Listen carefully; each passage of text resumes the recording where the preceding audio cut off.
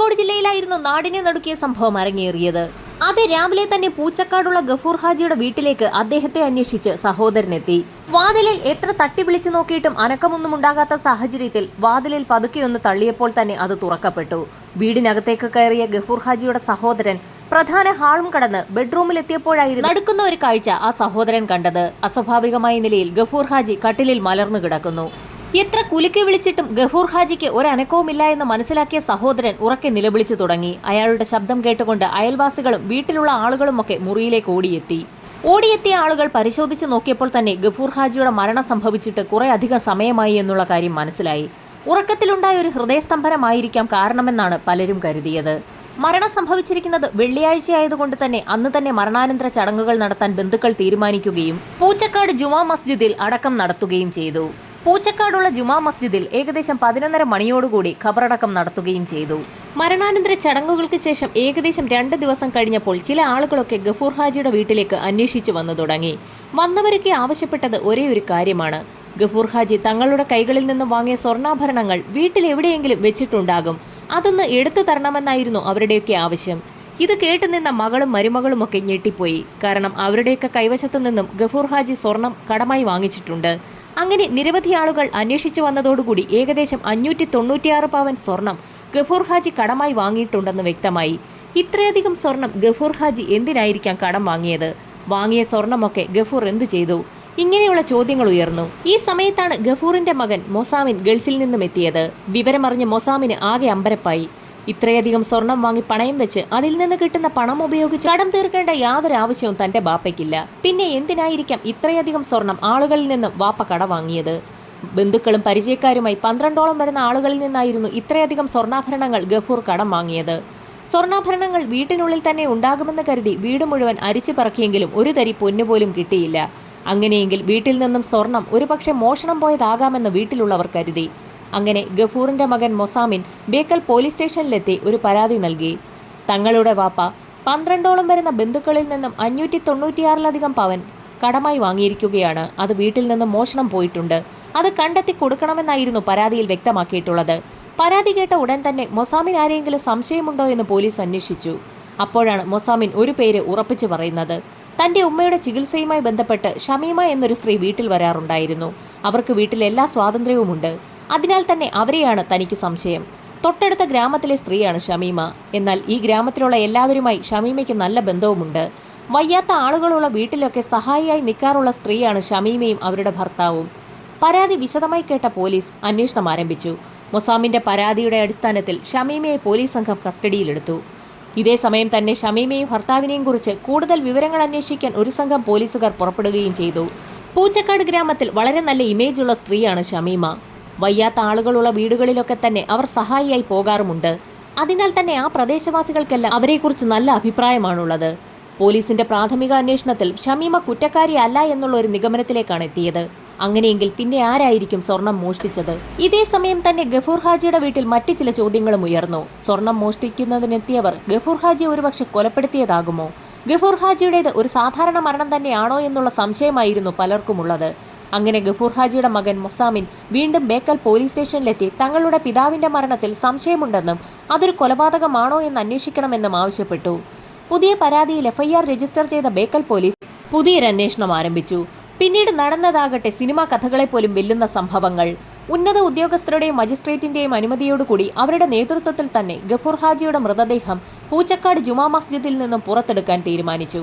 വിവരമറിഞ്ഞ പ്രദേശത്തേക്ക് ജനങ്ങൾ ഒഴുകിയെത്തി. പുറത്തെടുത്ത മൃതദേഹം പോസ്റ്റ്മോർട്ടം നടപടികൾക്കും മറ്റ് വിശദമായ പരിശോധനകൾക്കും ഷിഫ്റ്റ് ചെയ്തു. ഗഫൂർ ഹാജിയുടെ ആന്തരിക അവയവങ്ങളെല്ലാം തന്നെ ഒരു പ്ലാസ്റ്റിക് കവറിലേക്ക് മാറ്റി ഫോറൻസിക് ലാബിലേക്ക് അയക്കാനുള്ള നടപടിയും ആരംഭിച്ചു.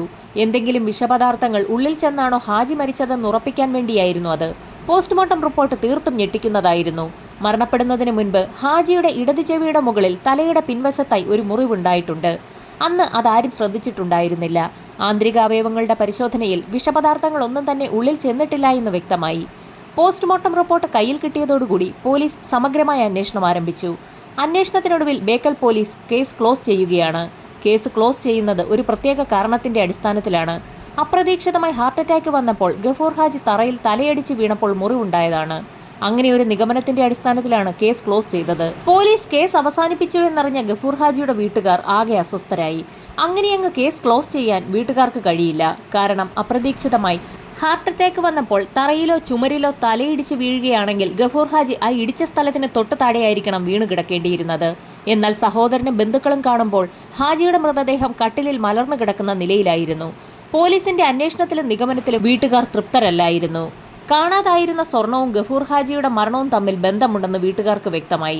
അങ്ങനെ വീട്ടുകാരും ബന്ധുക്കളും എല്ലാം ചേർന്ന് ഒരു ആക്ഷൻ കൗൺസിൽ രൂപീകരിക്കുകയും ബേക്കൽ പോലീസിന്റെ അന്വേഷണത്തിൽ തൃപ്തരല്ല എന്നും അതിനാൽ തന്നെ തുടരന്വേഷണം ആവശ്യപ്പെട്ടുകൊണ്ട് ഒരു പരാതി മുകൾ തട്ടിലുള്ള എല്ലാ ഉദ്യോഗസ്ഥർക്കും സമർപ്പിക്കുകയും ചെയ്തു. പരാതിയുടെ അടിസ്ഥാനത്തിൽ ഒരു ക്രൈംബ്രാഞ്ച് അന്വേഷണത്തിന് സർക്കാർ ഉത്തരവിട്ടു.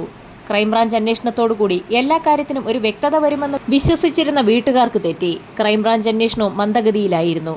അങ്ങനെയിരുന്നപ്പോഴായിരുന്നു തിരുവനന്തപുരത്ത് നിന്നും ശില്പ IPSനെ സർക്കാർ കാസർഗോട്ടേക്ക് സ്ഥലം മാറ്റുന്നത്. കാസർഗോഡ് ജില്ലാ പോലീസ് മേധാവിയായി സ്ഥാനമേറ്റ ശില്പ IPS അവിടെയുണ്ടായിരുന്ന പെൻഡിംഗ് കേസുകളൊക്കെ നോക്കുന്ന സമയത്തായിരുന്നു ഗഫൂർ ഹാജിയുടെ കേസ് ശ്രദ്ധയിൽപ്പെടുന്നത്. ഗഫൂർ ഹാജിയുടെ മരണവുമായി ബന്ധപ്പെട്ട് മകൻ നൽകിയ ആദ്യ 2 പരാതികളും അതിൽ ലോക്കൽ പോലീസിന്റെ അന്വേഷണവും പിന്നീട് ആക്ഷൻ കൗൺസിൽ രൂപീകരിച്ചതും അന്വേഷണം ക്രൈംബ്രാഞ്ചിന് കൈമാറിയതും അടക്കമുള്ള എല്ലാ വിവരങ്ങളും ശില്പ IPS സസൂക്ഷ്മം നിരീക്ഷിച്ചു. എന്നാൽ കേസിൽ പറയത്തക്ക അന്വേഷണ പുരോഗതി ഒന്നും തന്നെ ഉണ്ടായിട്ടില്ല എന്ന് മനസ്സിലാക്കിയ ശില്പ 10 പേരടങ്ങുന്ന പോലീസ് സംഘത്തെ അന്വേഷണത്തിനായി നിയോഗിച്ചു. കേസിന് നേതൃത്വം നൽകാനായി DYSP ജോൺസണെയും ചുമതലപ്പെടുത്തി. അന്വേഷണത്തിന്റെ ആദ്യഘട്ടമായി ഗഫൂർ ഹാജിയുമായി ബന്ധമുള്ള 50 പേരുടെ ലിസ്റ്റ് തയ്യാറാക്കുകയും അവരെയെല്ലാം ചോദ്യം ചെയ്യാൻ ആരംഭിക്കുകയും ചെയ്തു. ചോദ്യം ചെയ്യലിൽ ഗഫൂർ ഹാജിയുടെ മകൻ നേരത്തെ പോലീസിനോട് സംശയമുണ്ടെന്ന് പറഞ്ഞ ഷമീമയെയും ഭർത്താവിനെയും ചോദ്യം ചെയ്തു. അതിനിടയിലായിരുന്നു നിർണായകമായ ഒരു സംഭവം ഉണ്ടാകുന്നത്. ചോദ്യം ചെയ്യൽ പുരോഗമിക്കുന്നതിനിടയിൽ ചോദ്യം ചെയ്യപ്പെട്ട 2 സ്ത്രീകൾ ആശുപത്രിയിൽ അഡ്മിറ്റായി.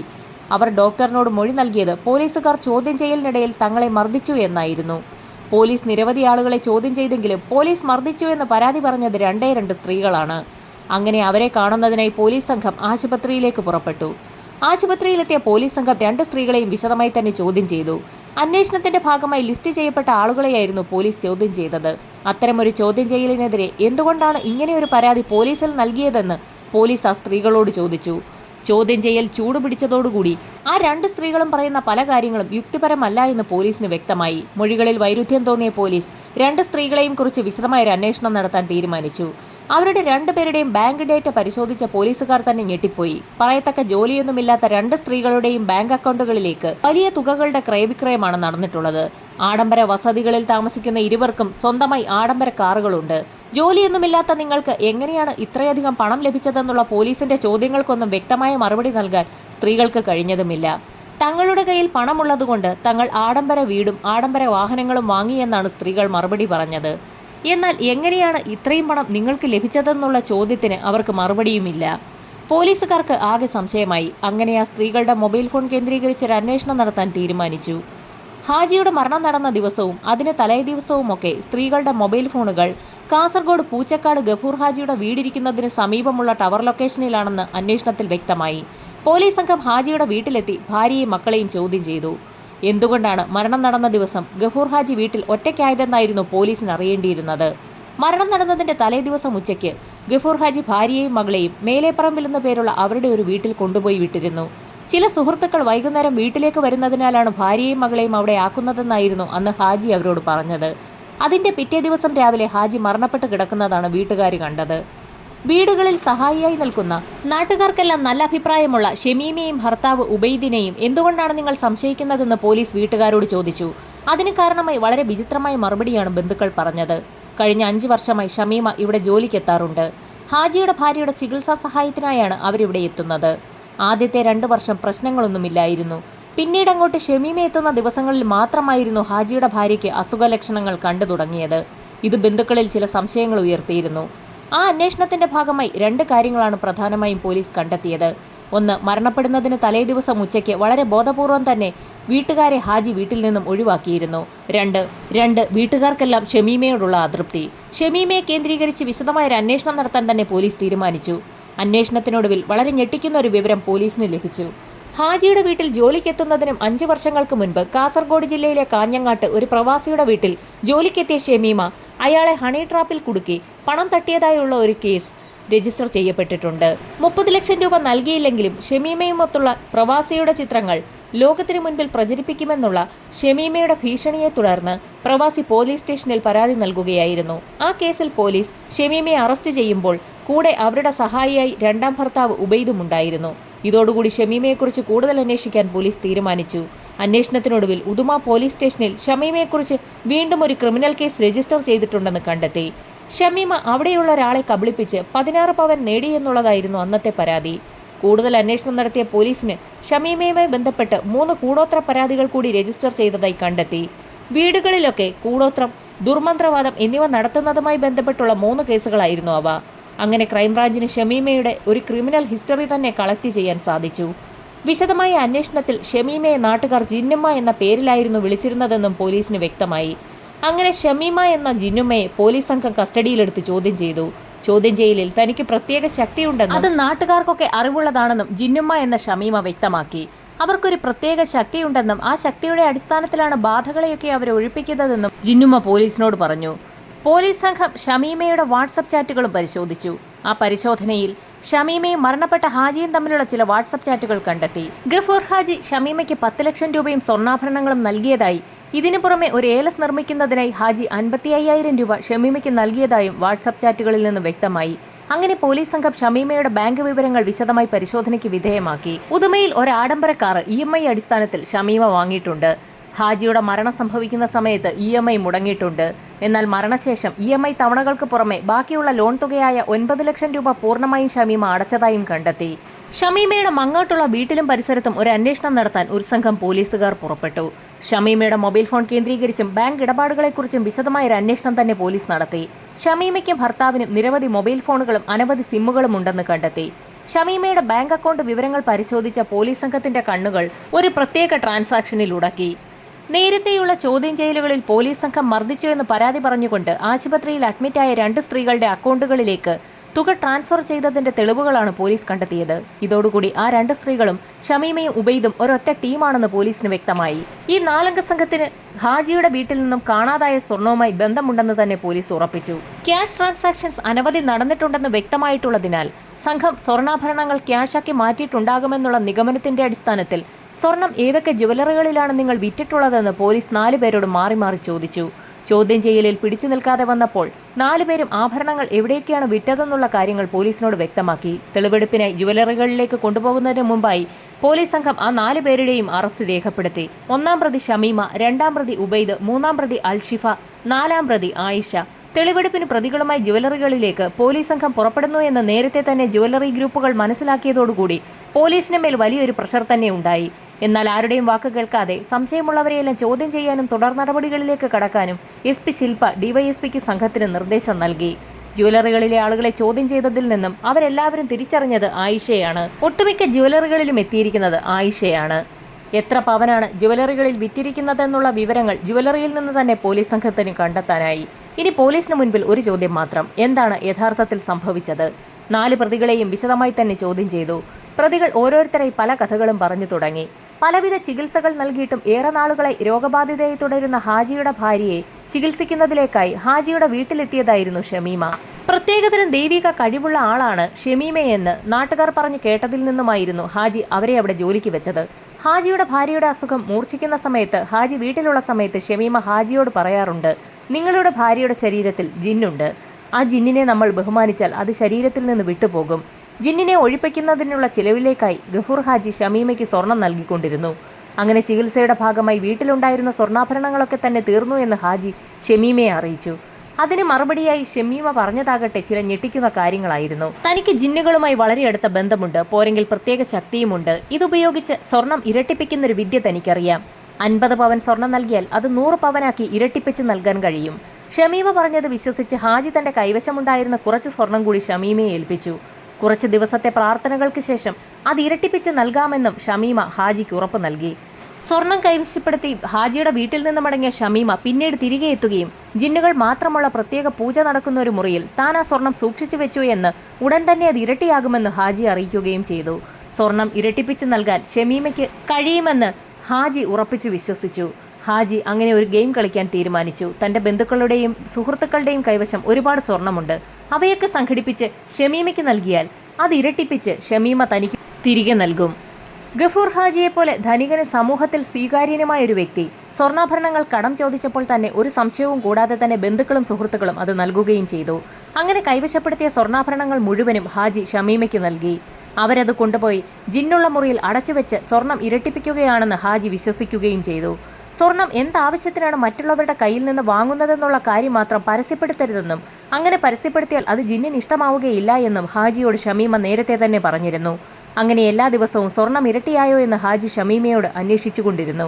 അങ്ങനെ ഒരു ദിവസം താൻ നൽകിയ സ്വർണം ഇരട്ടിപ്പിച്ച് നൽകാമെന്ന് ഷമീമ അയാൾക്ക് വാക്ക് നൽകി. സ്വർണം നൽകുന്ന ദിവസം വീട്ടിൽ മറ്റാരുമുണ്ടാകാൻ പാടില്ല എന്ന് ഷമീമയുടെ നിർദ്ദേശപ്രകാരമായിരുന്നു ഹാജി വീട്ടിലുള്ളവരെയെല്ലാം വേറൊരു സ്ഥലത്തേക്ക് മാറ്റിയത്. സംഭവം നടക്കുന്ന വൈകുന്നേരം ഷമീമയും സംഘവും ഹാജിയുടെ വീട്ടിലേക്ക് എത്തുകയും 9 മണിയോടുകൂടി സ്വർണം ഇരട്ടിപ്പിക്കുന്ന പൂജ ആരംഭിക്കുകയും ചെയ്യാമെന്ന് അറിയിക്കുകയും ചെയ്തു. പൂജ നടക്കുന്ന സമയത്ത് കന്നഡ ഭാഷ സംസാരിക്കുന്ന പാത്തൂട്ടി എന്ന ജിന്നാണ് ഷമീമയുടെ ശരീരത്തിൽ പ്രത്യക്ഷപ്പെടുക. അതിനുശേഷം ആ ജിന്ന് സ്വർണം ഇരട്ടിപ്പിക്കുകയും ചെയ്യും. 4 സംഘം പറഞ്ഞ കഥകൾ പൂർണ്ണമായും ഹാജി വിശ്വസിച്ചു. പൂജയുടെ ഭാഗമാണെന്ന് പറഞ്ഞ് ഹാജിയുടെ തലയിലേക്ക് ഒരു വെള്ളത്തുണി അവർ കെട്ടുകയും ചെയ്തു. എങ്കിൽ മാത്രമേ ഹാജിക്ക് ജിന്നിനെ കാണാൻ കഴിയൂ എന്നായിരുന്നു ഷമീമ പറഞ്ഞ് വിശ്വസിപ്പിച്ചത്.